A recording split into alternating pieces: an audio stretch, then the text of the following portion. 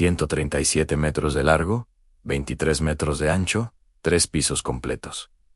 Esas no eran medidas simbólicas ni aproximadas. Eran dimensiones dadas con precisión. Dios no le habló a Noé con metáforas, sino con instrucciones directas, claras y sobrenaturalmente específicas. La orden divina no dejó espacio para dudas. Construye un arca. Y con esa frase comenzó una de las obras más grandes jamás emprendidas por mano humana. No como proyecto de ingeniería moderna, sino como obediencia pura en un mundo que todavía no comprendía lo que era la lluvia. La Biblia revela el tamaño del arca, el material y su propósito, pero transformar un mandato espiritual en una estructura real de madera implicaba desafíos que el texto no enumera, aunque cualquier constructor de la antigüedad lo sentiría en los huesos. Y todo empezó por un punto que muchos ignoran: el terreno. Una estructura de 137 metros no se levanta en cualquier sitio.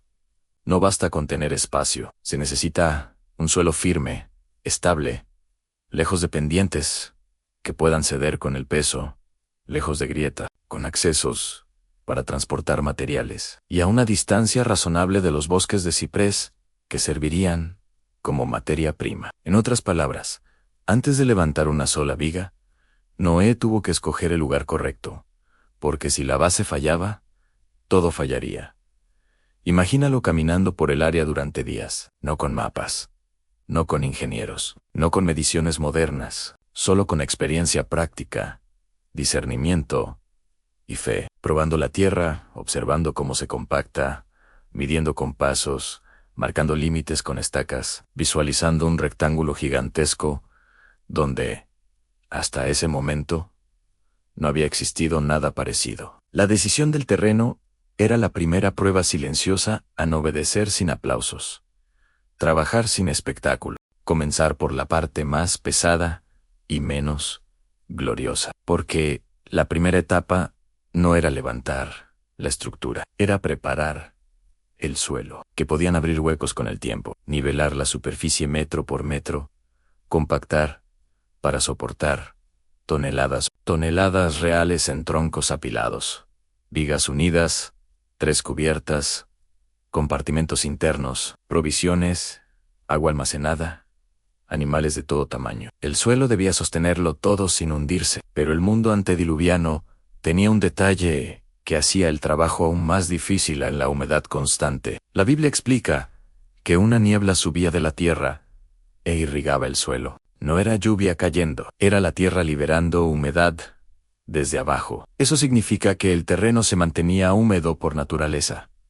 Y el terreno húmedo se convierte en barro. Las herramientas se hunden.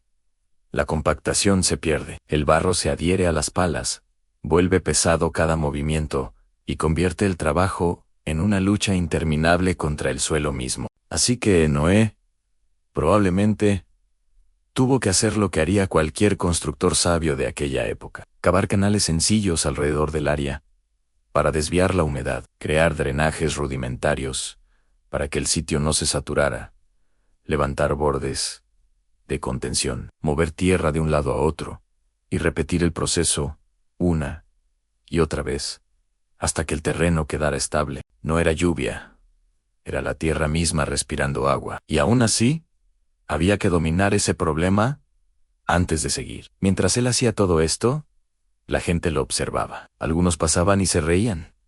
Otros se quedaban a distancia y susurraban: ¿qué sentido tenía preparar un terreno tan enorme? ¿Qué construía un hombre en un mundo donde el cielo no descargaba tormentas? ¿Para qué dedicar años de vida a algo que no tenía utilidad visible?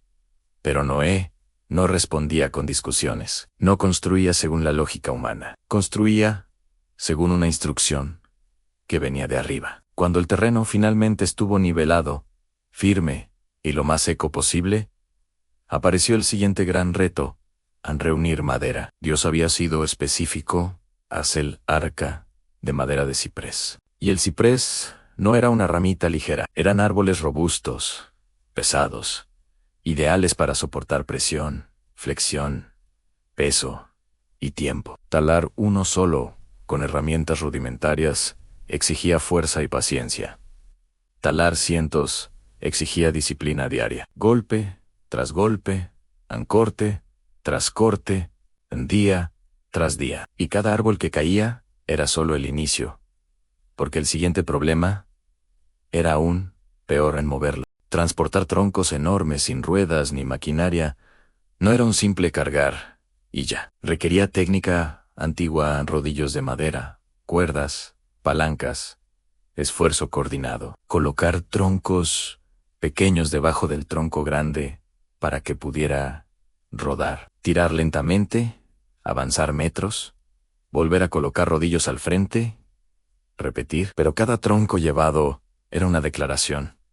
El proyecto seguía vivo. Y a medida que la madera se acumulaba en el terreno, llegó el momento en que ya no bastaba con apilar. Había que levantar la estructura. Había que transformar materiales en una forma real. Y entonces, Noé se enfrentó al desafío más complejo en comenzar por la columna vertebral del arca, la base que sostendría todo lo demás. Cuando la madera ya no era solo un montón de troncos apilados, Noé tuvo que tomar la decisión crucial en comenzar por la estructura central, la parte que definiría el equilibrio completo del arca. La Biblia no describe los pasos técnicos, pero la lógica de la construcción antigua es clara. Una embarcación colosal requiere una espina dorsal, una viga central, una quilla, un elemento rector que mantenga la forma, distribuya el peso y soporte la tensión del casco. Sin esa base, todo se torcería con el tiempo,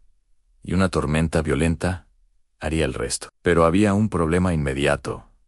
A ningún árbol medía 137 metros. Ni el ciprés más grande. Eso significaba que Noé necesitaba unir vigas gigantes, tronco tras tronco, para crear una línea continua, recta y sólida. Y unir vigas no era un asunto menor. Una unión mal hecha no solo debilita el punto, también introduce deformación, compresión, con humedad, con movimiento.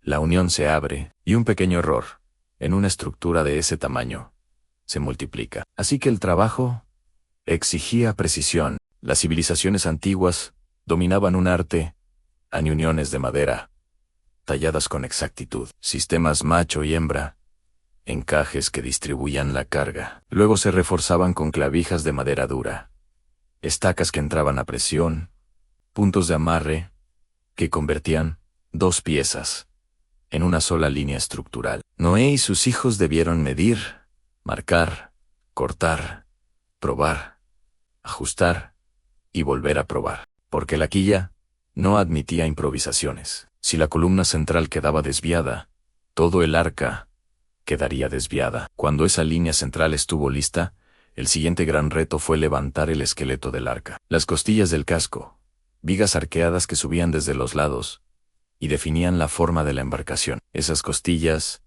no eran decoración, eran el molde real que sostendría las cubiertas y resistiría presión del agua. Cada costilla debía colocarse con simetría, repetición y estabilidad. Si una quedaba inclinada de más, se creaba un punto de tensión. Si quedaba floja, se abría un espacio peligroso. Si quedaba fuera de línea, el casco perdería equilibrio. Imaginen el proceso al levantar vigas pesadas, con cuerdas gruesas, palancas, quizá rampas de tierra y pura fuerza humana. Tirar, ajustar, corregir ángulos, sostener mientras se encaja, y hacerlo no una vez, sino decenas de veces. Para verificar alineación, probablemente usaban cuerdas tensas como guía, piedras como plomadas para asegurar verticalidad, marcas en el suelo para repetir medidas. Trabajo lento, repetitivo, agotador, pero cada costilla levantada hacía aparecer algo que antes solo existía en palabras la forma real del arca, emergiendo sobre tierra seca. Y entonces ocurrió algo inevitable.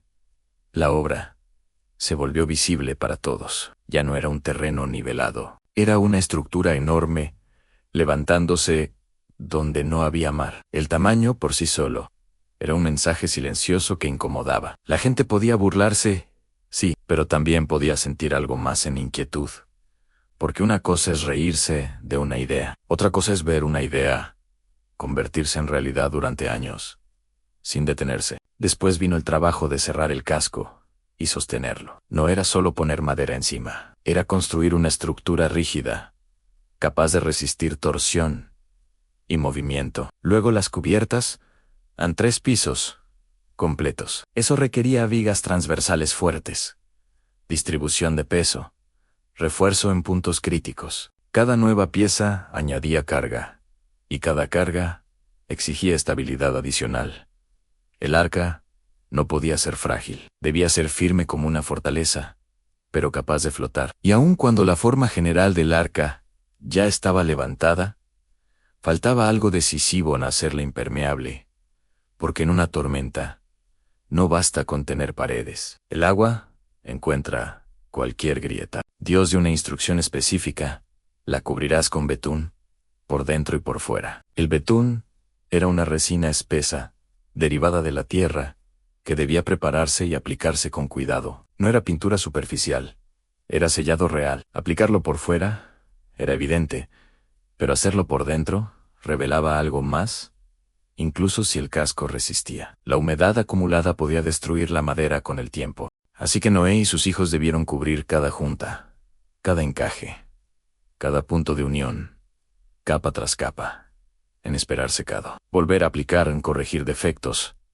en revisar grietas, porque un pequeño fallo podía comprometer todo el proyecto. Cuando el betún endureció y el casco quedó sellado, el arca dejó de ser solo una obra de madera en se convirtió en un refugio hermético, diseñado para sobrevivir a algo que la humanidad nunca había presenciado. Y entonces apareció el siguiente reto igual de complejo, en transformar ese cascarón gigante en un lugar habitable, por seres vivos, con orden, logística y supervivencia diaria.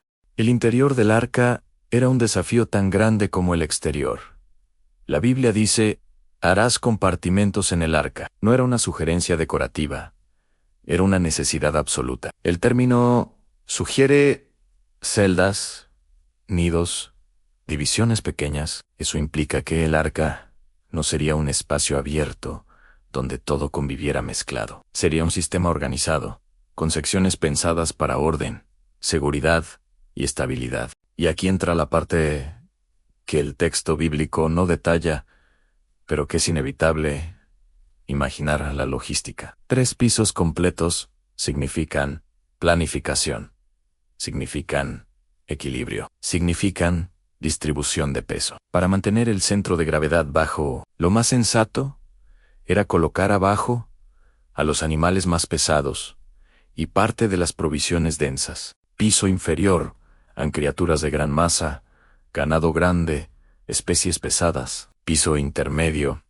animales medianos, almacenamiento adicional, pasillos de tránsito. Piso superior, naves, animales pequeños, especies ligeras, más cerca de ventilación, porque la ventilación era otro problema crítico. La Biblia menciona una abertura, pero ventilar 3 pisos completos con animales significa manejar gases, humedad, calor, olores, aire cargado, sin circulación adecuada.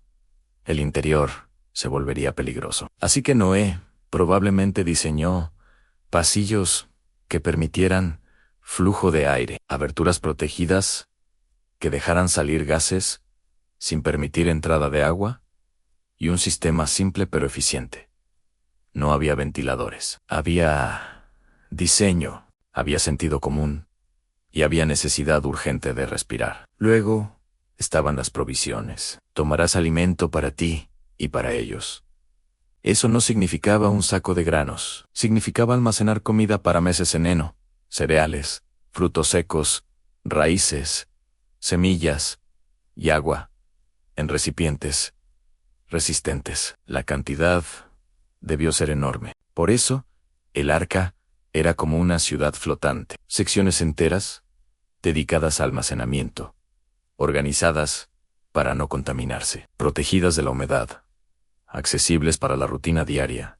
Y esa rutina diaria era implacable. Alimentar animales no se hace una vez por semana, se hace todos los días. Limpiar compartimentos tampoco era opcional. Con tantos seres vivos, los residuos se multiplican. El estrés, aumentan las enfermedades, pueden propagarse. Así que el diseño interior debió incluir espacios de tránsito, zonas donde mover alimento, lugares donde depositar desechos, quizá canales simples para líquidos, inclinaciones pequeñas en el piso, recipientes de limpieza. Nada de eso aparece como detalle, pero todo eso es parte de sobrevivir. Y entonces estaba el punto más vulnerable del arca en la puerta.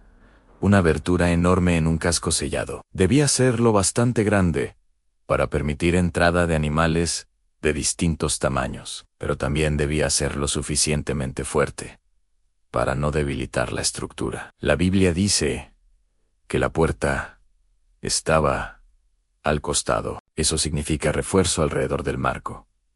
Vigas gruesas, uniones profundas, madera más resistente en los bordes. Y como era poco probable que Noé tuviera metal suficiente para bisagras gigantes, lo más plausible era un pivote vertical, un eje robusto que permitiera girar la puerta con estabilidad. La puerta no era solo un elemento estructural, era un símbolo, porque el texto dice algo extraordinario. El hombre construyó, pero Dios cerró la puerta. Eso significa que el acto final de protección no fue humano, fue divino. Noé preparó el refugio, pero el sello de seguridad vino de la mano de Dios. Antes de ese cierre, ocurrió el evento más sobrenatural de todos. En los animales llegaron. No fueron capturados como una cacería. No llegaron al azar. La escritura presenta la idea de un movimiento orquestado, parejas apareciendo desde los bosques, aves acercándose a la entrada, criaturas salvajes caminando sin atacar a otras, reptiles avanzando en la dirección exacta. Era como si el instinto de cada especie fuera guiado por una fuerza invisible. Imaginen la escena con calma. El arca gigante ya lista, la puerta abierta, el interior organizado, y afuera, el mundo observando. Algunos todavía riendo, otros callando, otros quizás sintiendo, por primera vez, que algo serio estaba pasando. Mientras tanto, Noé y su familia recibían a cada criatura, acomodándolas, cerrando divisiones, estableciendo orden. Cuando todo estuvo dentro, Noé, su esposa, sus hijos, las esposas de sus hijos y las criaturas, llegó el momento solemne. La puerta se cerró, y con ese cierre empezó una etapa que nadie había vivido jamás. El mundo por fuera cambiaría para siempre, y el arca por dentro se convertiría en el único refugio. Con la puerta cerrada, el arca quedó envuelta en un silencio extraño. Afuera, por un instante, el mundo siguió como si nada. Adentro, todo estaba listo, animales en compartimentos, provisiones apiladas, pasillos definidos, aire circulando como pudiera, familia reunida. Y entonces, la Biblia describe un momento decisivo. Todas las fuentes del gran abismo fueron rotas. Eso sugiere un estallido desde abajo. Agua subterránea, brotando con violencia. Presiones internas liberándose, rupturas en la tierra. Posibles temblores. La familia dentro del arca debió sentir el suelo vibrar, no por lluvia, sino por la tierra misma quebrándose. Y luego ocurrió lo que nadie había visto. Las compuntas del cielo se abrieron. La primera lluvia. No una llovizna suave, sino un fenómeno desconocido. Golpes fuertes sobre la madera. Un ruido continuo que no paraban, truenos en relámpagos. El cielo desatado. El arca, aún inmóvil al principio, empezó a escuchar el sonido del agua acumulándose alrededor. Imaginen a los vecinos que se burlaron, gente mirando al cielo, sin entender, gente corriendo, buscando refugio donde nunca lo habían necesitado. La Biblia no describe sus rostros, pero es fácil imaginar la transición, la burla convirtiéndose en miedo, la duda convirtiéndose en pánico, porque aquello No era una tormenta común, era algo que transformaba el mundo. El agua subía más, hasta que el casco del arca, pesado, sólido, construido durante décadas, comenzó a sentir flotación. La sensación debió ser indescriptible en crujidos de madera.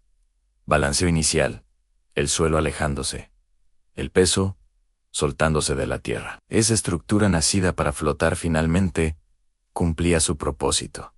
No había velas, no había remos, no había timón. El arca no estaba diseñada para navegar por decisión humana, sino para preservarse bajo control divino. La escritura dice que las aguas crecieron y crecieron mucho, tanto que cubrieron montañas, árboles arrancados, tierra desaparecida. El mundo antiguo extinguiéndose, mientras afuera todo moría. Dentro el arca era un mundo aparte en trabajo diario, disciplina o constante y supervivencia organizada. Porque el diluvio no fue solo 40 días de lluvia. La Biblia dice que las aguas prevalecieron 150 días. Incluso, cuando la lluvia cesó, el movimiento del agua continuó. El interior del arca debió vivir un ciclo diario: alimentar, limpiar, revisar, calmar animales, racionar provisiones, comprobar juntas, escuchar la madera, asentarse. En grandes estructuras, la madera habla, cruje, se acomoda, se tensa. Noé debió aprender a escuchar cada sonido, porque un sonido extraño podía significar una unión debilitada. Y, en medio de esa rutina, con meses de encierro, el relato bíblico introduce una frase cargada de significado: Dios se acordó de Noé, no porque lo hubiera olvidado, sino porque llegó el momento de cambiar la etapa. Un viento pasó sobre la tierra, y las aguas comenzaron a bajar lentamente, día tras día, sin prisa, como si el mundo necesitara tiempo para reiniciarse. Hasta que el arca reposó sobre montes. Pero reposar no significaba salir. Aún había agua, aún había incertidumbre, aún era necesario esperar señales. Y entonces, Noé haría lo único lógico: a buscar confirmación, abrir una ventana, enviar aves, y medir el mundo por pequeños indicios de vida. Cuando el arca reposó y el movimiento del agua dejó de ser violento, Noé buscó señales. Abrió la ventana. El aire entró con fuerza, distinto, limpio, como si el mundo respirara de nuevo. Pero aún no bastaban. La pregunta seguía viva.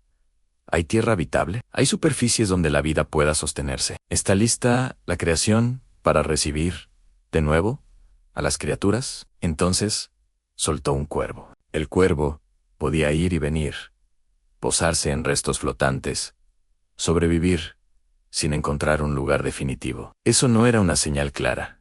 Así que Noé soltó una paloma. La paloma regresó, porque no encontró dónde descansar. La tierra seguía cubierta. Pasó una semana. El tiempo dentro del arca se medía por espera y repetición. Noé lo intentó de nuevo. La paloma regresó con una hoja de olivo. Una hoja tan pequeña, pero gigantesca en significado. Significaba que en algún lugar había vida vegetal, que había ramas, árboles, tierra que comenzaba a emerger, que el juicio no era el final, sino el inicio de una restauración. Pasó otra semana. Soltó la paloma por tercera vez, y no volvió. Esa ausencia fue el mensaje definitivo. La tierra empezaba a ser habitable. Después de más de un año, Dios habló: sal del arca. La puerta que Dios cerró para preservar vida, ahora se abría para liberar vida. Imagina ese momento: luz, entrando como un golpe de amanecer. Aire fresco, inundando los pasillos. Los animales, moviéndose en sus compartimentos, como si sintieran el cambio. Y luego, uno por uno, saliendo, especie tras especie. Parejas dispersándose a naves, tomando vuelo, reptiles deslizándose hacia su nuevo suelo. La familia de Noé pisando tierra firme por primera vez en meses. El olor a tierra mojada. El silencio enorme de un mundo sin la multitud antigua. Un paisaje transformado, un reinicio completo. Lo primero que Noé hizo no fue construir una casa, ni sembrar, ni buscar comodidad. Lo primero fue levantar un altar. Un acto de reconocimiento en la salvación no fue mérito humano, fue gracia. La Biblia describe que Dios recibió ese sacrificio y estableció una promesa: nunca más destruir toda vida con agua. Y dio una señal visible: el arco iris. Un pacto para recordar a la humanidad que incluso en juicio hay misericordia, y que Dios preserva vida cuando llama a obedecer. El arca había sido un refugio, sí, pero también fue un mensaje. La fe se construye antes de la tormenta. La obediencia se practica cuando el cielo todavía está normal. La salvación se prepara cuando el mundo aún se ríe. Y así la historia se cierra con una imagen poderosa. En el hombre trabajó durante décadas. Cortó madera, levantó vigas, selló juntas, organizó compartimentos. Pero al final, lo decisivo fue que Dios guió a los animales, cerró la puerta y sostuvo la embarcación. Noé construyó, pero Dios salvó. Noé obedeció, pero Dios preservó. Y ese pacto quedó en el cielo, como señalan cuando el arco aparece. Recuerda que la palabra de Dios no es un rumor, es un fundamento, y que incluso después del diluvio más grande, Dios todavía abre un camino para empezar de nuevo.